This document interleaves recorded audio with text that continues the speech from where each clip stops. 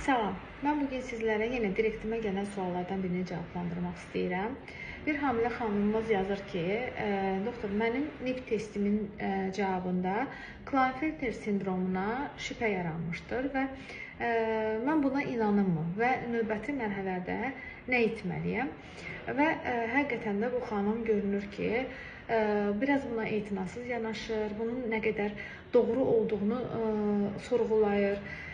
Və mən buradan həmin xanıma və həmin xanımın timsalında, NIPT testində xromosomal sindromlara şübhə çıxan digər hamilə xanımlara səslənmək istəyirəm ki, əziz hamilələrimiz, əgər NIPT testində hər hansısa bir belə patologiyaya şübhə çıxarsa, çox xahiş edirəm ki, buna etinasız yanaşmayın, növbəti mərhələlərə həkim dediyi müddətdə yanaşın, növbəti mərhələlərdə genetik olaraq diaqnozu təsdiqlədin və yaxud da ki, inkar edin. Çünki həqiqətən də praktikamızda o qədər olub ki, NIPT testində, məsəl üçün, Down sindromuna şübhə çıxıb və genetik analizlə həqiqətən də sonraki mərhələdə cavab təsdiqlənib.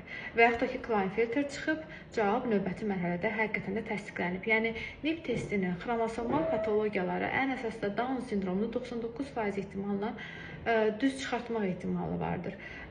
Digər xromosomal Klinefelter sindromunu da eynən, yəni 97-99% ehtimalla zaten düz çıxartmaq payı vardır.